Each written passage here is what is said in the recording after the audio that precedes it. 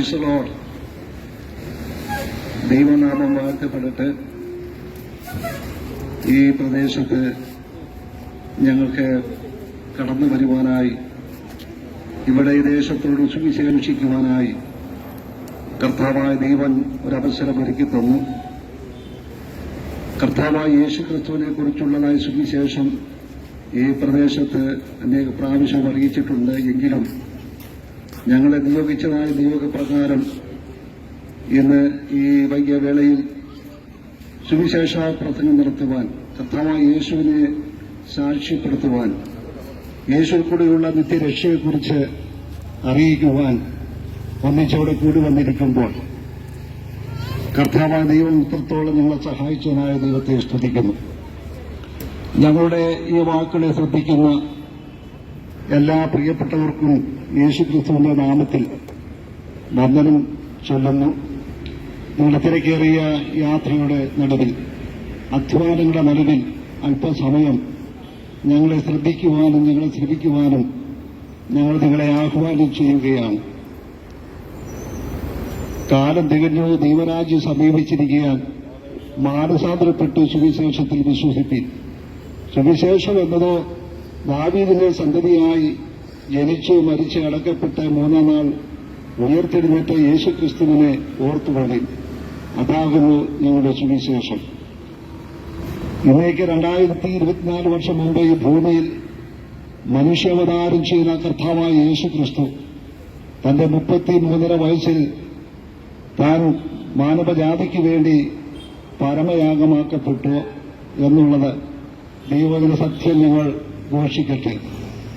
യേശുക്രിസ്തു എന്തിന് ഭൂമിയിൽ മനുഷ്യനായി അവതരിച്ചു, എന്തിനു വേണ്ടി താൻ മരിച്ചു എന്നുള്ളതായ കാര്യങ്ങളെക്കുറിച്ച് ചിന്തിക്കുമ്പോൾ ദൈവവചനം പറയുന്നു, മനുഷ്യർ പാപികളായി പാപത്തിന്റെ അധീനതയിലായി പാപപ്രവർത്തികൾ മുഴുകി ജീവിതം തകർന്ന് നശിച്ചു നിത്യനരകത്തിന് അവകാശികളായി തീർന്നുകൊണ്ട് പോകുന്നതായ ജീവിത സാഹചര്യത്തിൽ മാനവജാതി അതിൽ വിടുവിക്കുന്നതിന് വേണ്ടി യേശു ഭൂമിയിൽ മനുഷ്യനായി അവതരിച്ചു. കർത്താവായ യേശു ക്രിസ്തു പരമയാഗമാക്കപ്പെട്ടപ്പോൾ മാനവജാതിക്ക് വീണ്ടെടുപ്പ് ലഭിപ്പാൻ ഇടയായി തീർന്നു.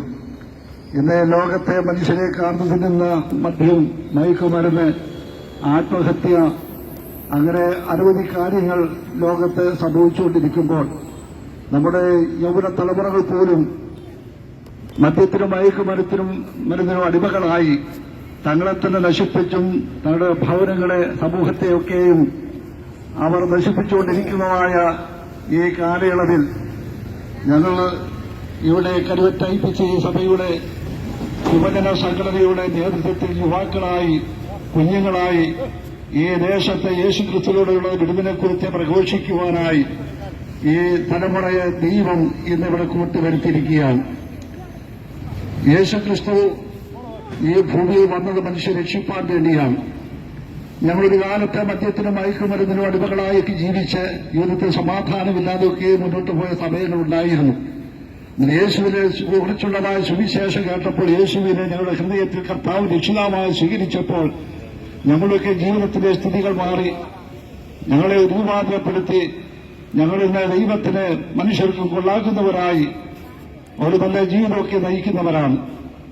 ഇന്ന് മദ്യത്തിനും മയക്കുമരുന്നിനും സ്വാധീനപ്പെട്ടുകൊണ്ട് ജീവിതം തകർന്ന് തരിപ്പണമായിക്കൊണ്ടിരിക്കുന്ന അനേകരോട് ഇന്ന് പകരങ്ങൾക്ക് വിളിച്ചു പറയുവാൻ ആഗ്രഹിക്കുന്ന സത്യം, യേശുക്രിസ്തു പാപികളെ രക്ഷിക്കുന്നു, രോഗികളെ സൌഖ്യമാക്കുന്നു, മാനസികമായി തകർന്നവരെ തകർച്ചകളെ നീക്കുന്നു, അവർ പുതിയ ജീവിതം കെട്ടിപ്പടുത്താൻ അവർ യേശു സഹായിക്കുന്നു. ഇന്ന് പകല് ഈ യേശുവിനെ കുറിച്ചുള്ളതായ ഒരു സുവിശേഷം ഇവിടെ ഘോഷിക്കുവാനായി ഞങ്ങൾ കടന്നു വന്നിരിക്കുമ്പോൾ ഇവിടെ ദൈവദാസന്മാർ ദൈവവചനത്തിൽ നിന്ന് സംസാരിക്കുന്നതാണ്. എന്നാൽ അതിനു മുമ്പ് ഇവിടെ ഞങ്ങളുടെ കൂട്ടത്തിൽ നിന്ന് ഒരു കുട്ടി ഇപ്പോൾ കർത്താവിന്റെ സ്നേഹത്തെ, മഹത്വത്തെക്കുറിച്ച് വർണ്ണിക്കുന്ന ഒരു ഗാനം ആലപിക്കുന്നതാണ്. അതിനായി അവളെ ക്ഷണിക്കും. വരുവീനി നല്ല സമയം വൃഥാവാക്കത്തെ നിന്നെ യേശു വിളിച്ചിടുന്നു. വരുവീനി നല്ല സമയം വൃഥാവാക്കത്തെ നിന്നെ യേശു വിളിച്ചിടുന്നു.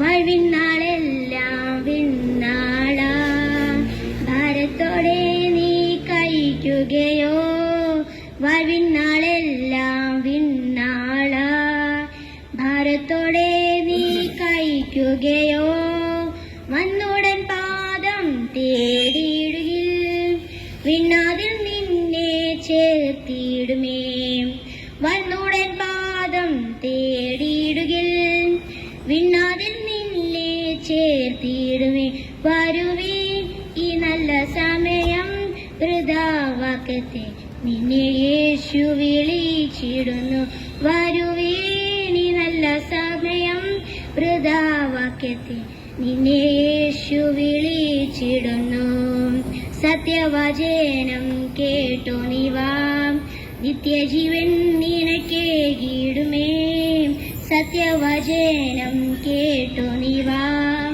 നിത്യജീവൻ നിനക്കേകിടുമേ നിൻപേരു ജീവ പുസ്തകത്തിൽ ഉന്മയായിന്നും എഴുതിയിടുമേ നിൻപേരു ജീവ പുസ്തകത്തിൽ ഉന്മയായിന്നും എഴുതിയിടുമേ വരുവീനി നല്ല സമയം വൃഥാവാക്കത്തെ നിന്നെ യേശു വിളിച്ചിടുന്നു വരുവീനി നല്ല സമയം വൃഥാവാക്യത്തെ നിന്നെ യേശു വിളിച്ചിടുന്നു.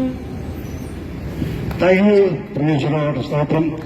തുടർന്ന് സുവിശേഷം ഇവിടെ ഘോഷിക്കുവാനായി കർത്താവിന്റെ ബഹുമാന്യ ദേവദാസൻ പാസ്റ്റർ എബി ജോൺ അവരെ ക്ഷണിക്കും.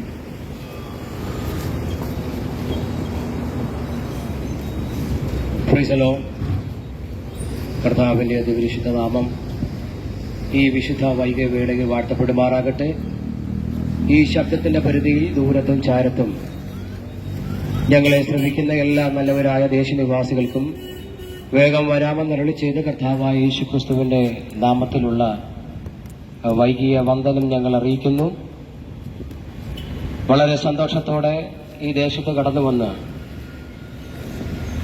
ഈ ദേശത്തോട് അല്പനിമിഷം സംസാരിക്കുവാൻ ദൈവം ഒരുക്കിയ നല്ല അവസരങ്ങൾക്കായി നന്ദി നിറഞ്ഞ ഹൃദയത്തോടെ ദൈവത്തിന് സ്തോത്രം ചെയ്യുന്നു.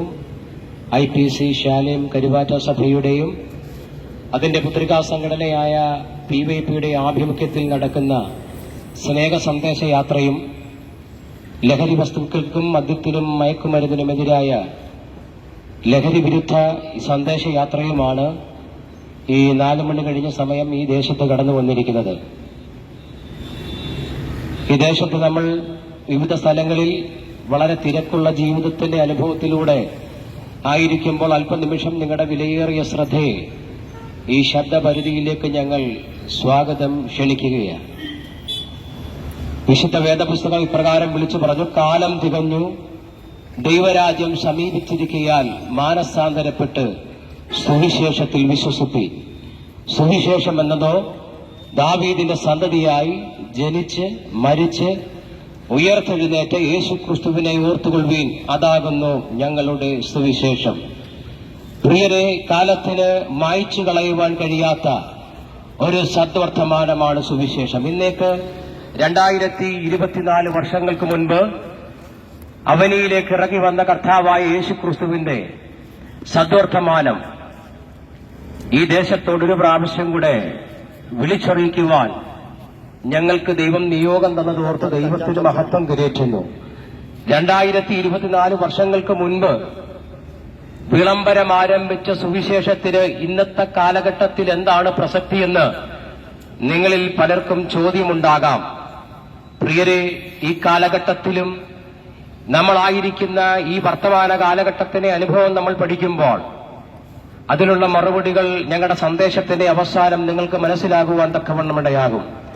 നാം പാർക്കുന്ന അതിമനോഹര ലോകം, വളരെ ശാന്തസുന്ദരമാകുന്ന ലോകം, കാഴ്ചയിലും ജീവിതാനുഭവത്തിലുമൊക്കെ സന്തോഷം പകരുന്ന ലോകത്തിൽ നമ്മളായിരിക്കുമ്പോൾ, എന്നാൽ നമ്മളെ തന്നെ നമ്മളൊന്ന് പരിശോധിച്ച് കഴിയുമ്പോൾ നമ്മുടെ ജീവിതത്തിൽ ചില പ്രതിസന്ധികൾ ഉണ്ടെന്ന് ആ സത്യം നമ്മൾ മനസ്സിലാക്കുവാൻ തക്കവണ്ണമിടയാകും.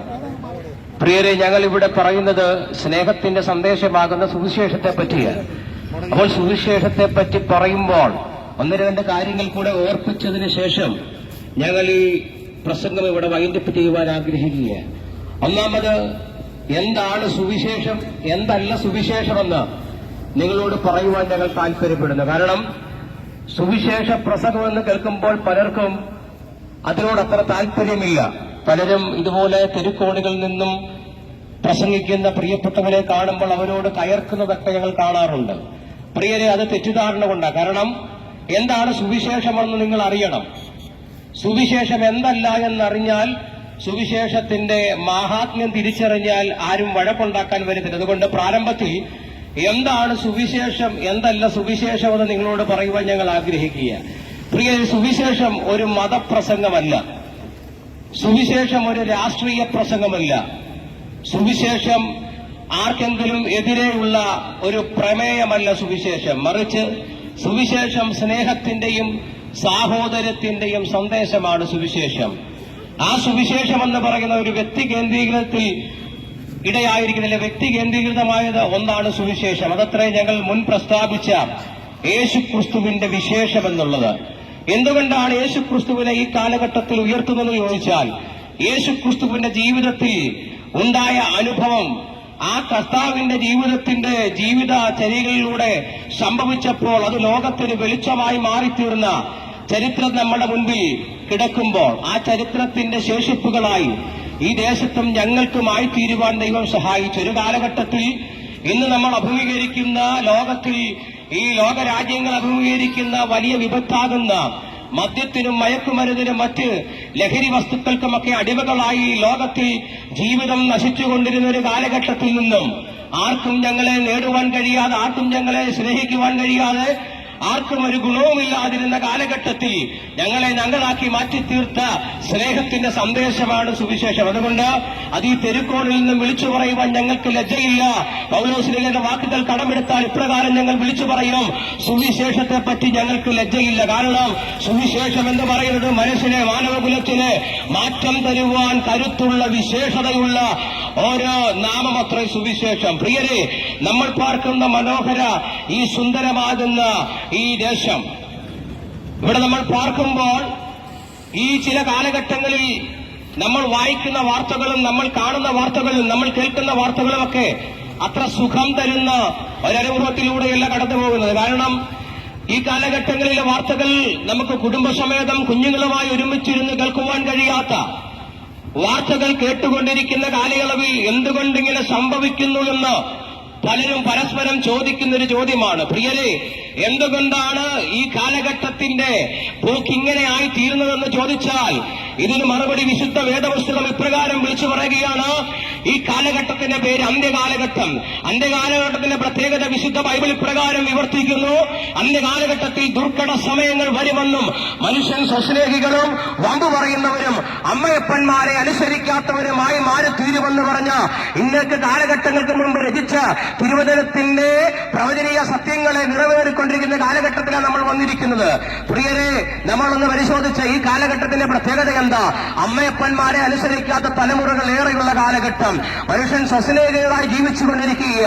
അവരുടെ സ്വസ്ഥതയെ നശിപ്പിച്ചുകൊണ്ട് തങ്ങളുടെ സാമ്രാജ്യം കെട്ടിപ്പടുക്കുവാൻ മനുഷ്യൻ നെട്ടോട്ടം ഓടിക്കൊണ്ടിരിക്കുന്ന ഒരു കാലയളവിൽ നമ്മൾ വന്നു നിൽക്കുമ്പോൾ ഇതിനൊക്കെ എങ്ങനെ മാറ്റം വരുത്തുവാൻ തക്കവണ്ണമിടയാകും? ഇതിന് മാറ്റം വരുത്തുവാൻ ഇവിടുത്തെ നിയമങ്ങൾക്കോ ഇവിടുത്തെ നിയമ സംഹിതകൾക്കോ കഴിയുമെന്ന് നമ്മൾ വിശ്വസിച്ചാൽ നമുക്ക് ചോദിക്കാം, പോലീസ് സ്റ്റേഷനിൽ കടന്നു എന്ന് ചോദിക്കാം, സാറേ ഇതിനൊരു മാറ്റം വരുത്തുവാൻ നിങ്ങൾക്ക് കഴിയുമോ എന്ന് ചോദിച്ചാൽ അവർ പറയും, ഒരിക്കലുമില്ല. കഴിഞ്ഞ 3-4 വർഷങ്ങൾ കൊണ്ട് ഞങ്ങൾ എടുത്ത കേസുകൾ നിങ്ങളൊന്ന് പരിശോധിച്ചാൽ 2019 പുതിയ കേസുകൾ, ക്രിമിനൽ കേസുകൾ, അതിന്റെ എണ്ണം 2020 വർദ്ധിച്ചു. നമ്മൾ ഈ വന്നു നിൽക്കുന്ന കാലഘട്ടം 24ന്റെ അവസാന സമയങ്ങളിൽ നമ്മൾ ആ ക്രൈം റേറ്റ് ഒന്ന് പരിശോധിച്ചാൽ നമുക്ക് മനസ്സിലാകും, ലോകത്തിൽ നമ്മൾ പാർക്കുന്ന കൊച്ചു കേരളത്തിൽ ക്രൈം റേറ്റ് ഏറ്റവും കൂടുതലായിക്കൊണ്ടിരിക്കുക. എന്തുകൊണ്ട് ഇങ്ങനെ സംഭവിക്കുന്നു? ഈ ക്രൈം റേറ്റുകളൊക്കെ ഉൾപ്പെടുന്നത് വൃദ്ധരല്ല, അല്ലെങ്കിൽ യൗവനക്കാരെല്ലാം, അതിലൊക്കെ ചെറിയ 15, 14, 13 വയസ്സുള്ള കുട്ടികൾ ക്രൈം റേറ്റുകളിൽ ക്രൈമിൽ അകപ്പെട്ടുകൊണ്ട് അവരുടെ ജീവിതം നശിച്ചുകൊണ്ടിരിക്കുന്ന ഒരു കാലയളവാണ് നമ്മുടെ കണ്ണിന്റെ മുൻപിലുള്ളത്. അതുകൊണ്ടാണ് പ്രിയരെ, ഞങ്ങൾ ഇന്ന് പകൽക്കാലം ഈ ദേശത്ത് കടന്നു വന്ന് സ്നേഹത്തിന്റെ സന്ദേശമാകുന്ന, മനുഷ്യന് രൂപാന്തരം വരുത്തുന്ന സന്ദേശമാകുന്ന യേശുക്രിസ്തുവിനെ ഉയർത്തുന്നത്. കാരണം ഈ കാലഘട്ടത്തിൽ പ്രശസ്തമാകുന്ന ഈ കാലഘട്ടത്തിനൊത്ത ഒരു ദൂതത്ര യേശുക്രിസ്തുവിന്റെ സുവിശേഷം എന്നുള്ളത്. കാരണം മാനവകുലത്തിന് മാറ്റം വരുത്തുവാൻ കഴിയാത്ത വലിയ പ്രതിസന്ധികളെ തരണം ചെയ്ത് ഇന്നും ജയോത്സവമായി മുന്നേറി പോകുന്ന ഒരു വിശേഷതയുള്ളതത്രേ ഞങ്ങൾ പ്രസംഗിക്കുന്ന സുവിശേഷം. അതുകൊണ്ട് ഞങ്ങൾ പ്രസംഗിക്കുന്ന സുവിശേഷത്തിലെ വ്യക്തിയാകുന്ന യേശുക്രിസ്തുവിനെ മാറ്റുവാൻ കഴിയാത്ത ഒരു പ്രതിസന്ധികളും ഈ ലോകത്തിലില്ല. പ്രിയരെ, നമ്മൾ അഭിമുഖീകരിക്കുന്ന ഈ മാനവകുലത്തെ മുച്ചോട് പിടിക്കുന്ന മദ്യവും മയക്കുമരുന്നും മറ്റിതര ലഹരി പദാർത്ഥങ്ങളുടെ ഉപയോഗം മൂലം അനേക കുടുംബങ്ങൾ തകർന്നുകൊണ്ടിരിക്കുക. നമ്മൾ വായിക്കുന്ന വാർത്തകളിൽ ഇപ്രകാരം എഴുതിയിരിക്കുക: മനുഷ്യന്റെ ജീവിതത്തിൽ അവൻ ചെയ്യുന്ന പ്രവൃത്തികളെ ഒരു പത്രലേഖകൻ അവന്റെ അടിക്കുറിപ്പിൽ ഇപ്രകാരം എഴുതും: അത് പൈശാചികവും മൃഗീയമാകുന്ന അനുഭവമെന്ന്. പ്രിയരെ, മനുഷ്യനെങ്ങനെ മൃഗത്തിന് തുല്യനായി തീരുവാൻ തക്കവണ്ണം ഇടയാകും? അതിന് മനുഷ്യൻ എങ്ങനെ മൃഗമായി തീരുന്നു എന്നുള്ള അനുഭവം നമ്മൾ പഠിക്കണം. മനുഷ്യനെ പറ്റി പഠിക്കുമ്പോൾ വിശുദ്ധ ബൈബിൾ ഇപ്രകാരമാണ് മനുഷ്യന്റെ ആരംഭത്തെപ്പറ്റി പറയുന്നത്: യഹോവയാകുന്ന ദൈവം ഭൂമിയിലെ പൊടി കൊണ്ട് മനുഷ്യനെ സൃഷ്ടിച്ചു. അങ്ങനെ ദൈവം മനുഷ്യനെ സൃഷ്ടിച്ച് ഭൂമിയിൽ പാർക്കുവാൻ മനുഷ്യനെ ആക്കിത്തീർത്തു. അങ്ങനെയെങ്കിൽ സഹോദര, ഞാനും നിങ്ങളുമൊക്കെ ദൈവത്തിന്റെ സൃഷ്ടിയാണെന്നുള്ള കാര്യം മറന്നുപോകരുത്. അങ്ങനെ ദൈവ സൃഷ്ടിയായിരുന്ന മനുഷ്യനിൽ ദൈവത്തിന്റെ സ്വഭാവം അന്തർലീനമായിരുന്നു. ദൈവത്തിന്റെ സ്വഭാവത്താൽ അടങ്ങിയ മനുഷ്യൻ എങ്ങനെ മൃഗത്തിന് തുല്യമായി, അല്ലെങ്കിൽ മൃഗം ചെയ്യുന്നതിനേക്കാൾ കഠോരമാകുന്ന പ്രവർത്തനങ്ങൾ ചെയ്യുവാൻ അവൻ പാകപ്പെട്ടു എന്ന് ചോദിച്ചാൽ വിശുദ്ധ ബൈബിൾ ഇപ്രകാരം പറയും: മനുഷ്യൻ പാപിയായി മാറി. എങ്ങനെ പാപിയായി മാറി? ചിലർ പറയുന്നത് ഒരു പഴം കഴിച്ചത് കൊണ്ടാണ് മനുഷ്യനെ ദൈവം പാപിയാക്കിയെന്ന്. മനുഷ്യ, അങ്ങനെ ചിന്തയുണ്ടെങ്കിൽ അത് തിരുത്തണം. ഒരിക്കലും ഒരു പഴം കഴിച്ചത് കൊണ്ടല്ല മനുഷ്യൻ പാപിയായത്, മറിച്ച് ദൈവം വെച്ചിരുന്ന നിയമങ്ങളെ മനുഷ്യൻ ലംഘിക്കുവാൻ തക്കവണ്ണമിടയായി. നിയമലംഘിയായ മനുഷ്യൻ എന്നും കുറ്റക്കാരനാണ്. നമ്മളായിരിക്കുന്ന കൊച്ചു കേരളത്തിലും ഒത്തിരി നിയമങ്ങളുണ്ട്. നമ്മളിരിക്കുന്നത് ഈ NH സൈഡിലാണ്. ഇവിടെ ഒത്തിരി ട്രാഫിക് റൂൾസ് ഉണ്ട്. ഈ റൂൾസ് ഒക്കെ അതിനെ അനുസരിച്ച് പോയാൽ മാത്രമേ നമുക്ക് പിഴ ഈടാക്കാതിരിക്കത്തുള്ളൂ. അല്ലെങ്കിൽ ഇതിലെ ഏതെങ്കിലും ഒരു റൂൾസ് തെറ്റിച്ചാൽ ഹൈവേ പോലീസും അതിനുള്ള അധികാരികളും നമുക്ക് പെറ്റിയടിക്കും. പെറ്റിയടിച്ചതിന് സിവിൽ കേസ് അല്ലെങ്കിൽ ക്രിമിനൽ കേസ്, പെറ്റി കേസുകൾ വരുവാൻ തക്കവണ്ണമിടയാകും. എന്തുകൊണ്ടെന്ന് ചോദിച്ചാൽ ആ നിയമം നമ്മൾ ലംഘിക്കുവാൻ തക്കവണ്ണമിടയായി. അതുപോലെ തന്നെയാണ് മനുഷ്യനെ നിർമ്മിച്ച ദൈവം മനുഷ്യനോട് ഒരു നിയമം വെക്കുവാൻ തക്കവണ്ണമിടയായി. ആ നിയമം മനുഷ്യൻ ലംഘിച്ചപ്പോൾ മനുഷ്യനിൽ പാപമെന്ന പൈശാചികൻ പ്രവേശിക്കുവാൻ തക്കവണ്ണമിടയായി. പൈശാചികൻ പാപത്തിന്റെ അടിമയാക്കി മനുഷ്യനെ മാറ്റിയപ്പോൾ ദൈവത്തിന്റെ സ്വരൂപമായ മനുഷ്യനിൽ നിന്ന് വളരെ പ്രധാനപ്പെട്ട ചില കാര്യങ്ങൾ നഷ്ടപ്പെടുവാൻ തക്കവണ്ണമിടയായി. പ്രിയരെ, ഒന്നാമത് പാപം മനുഷ്യനെ സന്നിവേശിച്ചപ്പോൾ ഉണ്ടായ ഒരു കാര്യം, മനുഷ്യൻ ദൈവമായിട്ടുള്ള ബന്ധം നഷ്ടപ്പെട്ടു. ദൈവത്തെ വിട്ട് ഓടിയകലുന്നൊരു മനുഷ്യൻ, അവനെ നോക്കിക്കൊണ്ട് പിശാച് പറഞ്ഞു: നീ ഇനിയും ഇങ്ങനെ മുൻപോട്ട് പോയാൽ മതി. അങ്ങനെ പാപത്തിന്റെ പ്രവേശനം മനുഷ്യനെ ദൈവമായി അകറ്റിക്കളഞ്ഞപ്പോൾ രണ്ടാമത് അവന്റെ ജീവിതത്തിൽ സംഭവിച്ചത് തേജസ്സിന്റെ വസ്ത്രം നഷ്ടപ്പെടുവാൻ തക്കവണ്ണമിടയായി. ദൈവം കൊടുത്ത തേജസ്സിന്റെ വസ്ത്രത്തെ നഷ്ടപ്പെടുത്തി കളയുന്ന ഒരു മനുഷ്യനായി ദൈവസൃഷ്ടിയായ മനുഷ്യൻ മാറി. അങ്ങനെ മനുഷ്യന്റെ ജീവിതത്തിൽ രണ്ടാമത് തേജസ്സിന്റെ വസ്ത്രം നഷ്ടപ്പെട്ടെങ്കിൽ പാപത്തിന്റെ പ്രവേശനം മൂലം മനുഷ്യനുണ്ടായ മൂന്നാമത്തെ ഏറ്റവും വലിയ കാര്യം, മനുഷ്യനിൽ സമാധാനം നഷ്ടപ്പെടുവാൻ തക്കവണ്ണമിടയായി. സമാധാനം നഷ്ടപ്പെടുക മാത്രമല്ല, നിത്യജീവന് വേണ്ടി കൊതിച്ച് കാത്തിരുന്ന ദൈവസൃഷ്ടിയായിരുന്ന മനുഷ്യനിൽ നിന്ന് ജീവൻ നഷ്ടപ്പെട്ട് എന്നേക്കും മരണത്തിന് അടിമപ്പെടുന്ന ഒരു ജീവിതാനുഭവത്തിലേക്ക് മനുഷ്യൻ മാറ്റപ്പെടുവാൻ തക്കവണ്ണമിടയായി. അങ്ങനെ ഈ 4 കാര്യങ്ങൾ മനുഷ്യ ജീവിതത്തിൽ സംഭവിച്ചപ്പോൾ മനുഷ്യൻ മൃഗതുല്യമായി മാറുവാൻ തക്കവണ്ണമിടയായി. ഇന്ന് പകൽ ഈ സന്ധ്യാവേളയിൽ ഞങ്ങൾ കേൾക്കുന്ന പ്രിയരെ, ഒരു മനുഷ്യന് മാറ്റം വരുത്തുവാൻ ഇവിടുത്തെ നിയമസംഹിതകൾക്ക് കഴിയാതിരിക്കുമ്പോൾ, ഇവിടുത്തെ ഇസങ്ങൾക്ക് കഴിയാതിരിക്കുമ്പോൾ, ഇവിടുത്തെ പ്രത്യയശാസ്ത്രങ്ങൾക്ക് കഴിയാതിരിക്കുമ്പോൾ മനുഷ്യനെ മാറ്റുവാൻ കരുത്തുള്ള ഒരു നാമമുണ്ട്. അതാണ് ഞങ്ങൾ പ്രസംഗിക്കുന്ന യേശുക്രിസ്തുവിന്റെ നാമം. വിശുദ്ധ വേദപുസ്തകം ഇപ്രകാരം വിളിച്ചു പറയുന്നു: മറ്റൊരുത്തരിൽ രക്ഷയില്ല, നാം രക്ഷിക്കപ്പെടുവാൻ ആകാശത്തിന്റെ കീഴിൽ മനുഷ്യരുടെ ഇടയിൽ നൽകപ്പെട്ട ഒരേ ഒരു നാമം, ഏക സത്യവിത്തമാകുന്ന യേശുക്രിസ്തുവിന്റെ നാമമല്ലാതെ മറ്റൊരു നാമമല്ല. ഞാൻ പറഞ്ഞല്ലോ, പാപം മനുഷ്യരിൽ കയറിക്കൂടിയപ്പോൾ മനുഷ്യനുണ്ടായതിൽ ഏറ്റവും വലിയ നഷ്ടം സമാധാനമാണ്. ഇന്നും നമ്മൾക്ക് സമാധാനത്തിനെ അന്വേഷിച്ചുകൊണ്ട് മനുഷ്യൻ ജീവിക്കുക. ലോകരാഷ്ട്രങ്ങളെ എടുത്ത് പരിശോധിച്ചാൽ രാഷ്ട്രത്തലവന്മാർ തമ്മിൽ സമാധാന സന്ധികളിൽ ഒപ്പിടുകയാ. എന്നാൽ ഒപ്പിട്ട് തിരിഞ്ഞു മാറുന്നവരുമുണ്ട്. യുദ്ധം തുടങ്ങുന്ന നമ്മൾ കണ്ടുകൊണ്ടിരിക്കുക. പ്രിയരെ, യുദ്ധം കൊണ്ട് സമാധാനം പുനഃസ്ഥാപിക്കുവാൻ കഴിയത്തില്ല, വാളുകൊണ്ട് സമാധാനം പുനഃസ്ഥാപിക്കുവാൻ കഴിയത്തില്ല. അങ്ങനെ സമാധാനം തരാമെന്ന് പറഞ്ഞ് കടന്നു വന്ന് ഒത്തിരി ഇസങ്ങളും പ്രത്യയശാസ്ത്രങ്ങളുടെ അതിന്റെ വ്യക്താക്കളെ നമുക്ക് കാണുവാൻ തക്കവണ്ണമിടയാകും. പ്രിയരെ, ഒരു കാലഘട്ടത്തിൽ ഇസത്തിനും പ്രത്യയശാസ്ത്രത്തിനും വേണ്ടി ഒരു കാലഘട്ടം ഞങ്ങളുടെ ജീവിതത്തിലുണ്ടായിരുന്നു. ലോകത്തിൽ സമാധാനം തരാമെന്ന് പറഞ്ഞ്, ലോകത്തിൽ സന്തോഷം തരാമെന്ന് പറഞ്ഞ് ഞങ്ങളെ ഇസത്തിന്റെയും പ്രത്യയശാസ്ത്രത്തിന്റെയും വ്യക്താക്കൾ സമീപിച്ചിട്ട് പറഞ്ഞു, നമുക്ക് മറ്റുള്ളവർക്ക് സമാധാനം കൊടുക്കുവാൻ, ലോകത്തിൽ സമാധാനം ശാന്തിയുള്ള ഒരു ലോകം കെട്ടിപ്പടക്കണമെങ്കിൽ നമ്മുടെ ഇസവും പ്രത്യയശാസ്ത്രവും വളർത്തിയാലേ മതിയാകൂ എന്ന് പറഞ്ഞപ്പോൾ അതിനുവേണ്ടി ഓടിയൊരു കാലഘട്ടം. പ്രിയരെ, അങ്ങനെ ഓടിയ കാലഘട്ടത്തിൽ അവർ ഞങ്ങളോട് സമാധാനത്തിന്റെ വ്യക്താക്കളായി മാറുവാൻ ഉപദേശിച്ചത് അവരെന്റെ സ്വസ്ഥതയെ നശിപ്പിച്ചുകൊണ്ട്, അവരെന്റെ സമാധാനത്തെ നശിപ്പിച്ചുകൊണ്ട് ഞങ്ങൾ അവർക്ക് സമാധാനം കൊടുക്കുവാൻ അവർ ഞങ്ങളെ ഉപദേശിച്ച വഴിയുണ്ട്. അവരെന്റെ മറ്റൊരു വിശ്വാസത്തിലും പ്രത്യയശാസ്ത്രത്തിലും വിശ്വസിച്ചവന്റെ തോളിലും കഴുത്തിലും കത്തിയും കമ്പും വെച്ചിട്ട് പറയുക, നീ വിശ്വസിക്കുന്ന ഇസം വിട്ട്, നിന്റെ പ്രത്യയശാസ്ത്രം വിട്ട് ഞങ്ങളുടെ ഇസത്തിലും പ്രത്യയശാസ്ത്രത്തിലും നീ ഒന്ന് വിശ്വസിക്കുവാൻ തയ്യാറാണെങ്കിൽ നിനക്ക് സമാധാനം തരുമെന്ന് പറഞ്ഞ് ഒരു കാലഘട്ടം. ആ കാലഘട്ടത്തിൽ ദേശക്കാർക്ക് വേണ്ടാതെ, വീട്ടുകാർക്ക് വേണ്ടാതെ, നാട്ടുകാർക്ക് വേണ്ടാതെ കൊള്ളരുതാത്തവരായ വീട് അവൻ ലോക സ്നേഹമാക്കി, ലോക സ്നേഹത്തിനുള്ള മനുഷ്യനെ സ്നേഹിക്കുവാൻ തക്കവണ്ണം പാകപ്പെടുത്തിയെടുത്തത് ഇന്ന് ഞങ്ങൾ പ്രസംഗിക്കുന്ന യേശുക്രിസ്തുവിന്റെ നാമമാണ്. അതുകൊണ്ട് പ്രിയരെ പറയട്ടെ, ലോകത്തിൽ മയക്കുമരുന്നിന് അടിമകളായി തലമുറകൾ നശിച്ചുകൊണ്ടിരിക്കുന്ന കാലയളവിൽ എങ്ങനെയെങ്കിലും അതിൽ നിന്നൊരു മാറ്റം വേണം. ഈ മദ്യത്തിൽ നിന്നും മയക്കുമരുന്നിൽ നിന്നും എന്റെ തലമുറക്കൊരു വിമോചനം വേണമെന്ന് ആഗ്രഹിക്കുന്ന ആരെങ്കിലും ഞങ്ങളെ കേൾക്കുന്നുണ്ടെങ്കിൽ ഈ വൈകവേളയിൽ ഈ ലോകത്തിലെ ഡി എഡിഷൻ സെന്ററുകൾക്ക് തരുവാൻ കഴിയാത്ത, ഈ ലോകത്തിലെ നിയമ സംഹിതകൾക്ക് തരുവാൻ കഴിയാത്ത സമാധാനവും ശാന്തിയോ നിങ്ങളുടെ ഭവനത്തിലേക്ക് നൽകി തരുവാനത്രേ ഈ സന്ധ്യാവേളയിൽ സമാധാനത്തിന്റെ ശാന്തിയുടെ സുവിശേഷം ഈ NSS സ്കൂളിന്റെ സമീപത്ത് മുഴങ്ങുന്ന പ്രിയരെ, ഇന്ന് രാത്രിയാകുന്ന ഈ സമയമാകുന്ന സുപ്രസാദ കാലം, ഇപ്പോഴാകുന്ന രക്ഷാ ദിവസം, രക്ഷയുടെ ദൂതിനായി നിങ്ങൾ ചെവി കൊടുത്ത് ഇന്ന് നിങ്ങളുടെ വീടിന് രക്ഷ സംഭവിക്കുന്ന വൈകവേളയാ. പ്രിയരെ, ഒരു കാലഘട്ടത്തിൽ സമാധാനത്തിന് വിരോധമായി മറ്റുള്ളവന്റെ സ്വസ്ഥതയെ നശിപ്പിച്ച ഞങ്ങളെ സ്നേഹത്തിനും സമാധാനത്തിന്റെയും ശാന്തിയുടെയും വക്താക്കളാക്കി മാറ്റിയത് സുവിശേഷമാണ്. നിങ്ങൾ പലർക്കും തോന്നുന്നുണ്ടായിരിക്കും, വേറെ പണിയൊന്നുമില്ല, നല്ല ആരോഗ്യമുണ്ടല്ലോ, വല്ല പണിക്ക് പോകണമെന്നൊക്കെ പറയുവാൻ മനസ്സ് വരുന്നുണ്ടായിരിക്കും.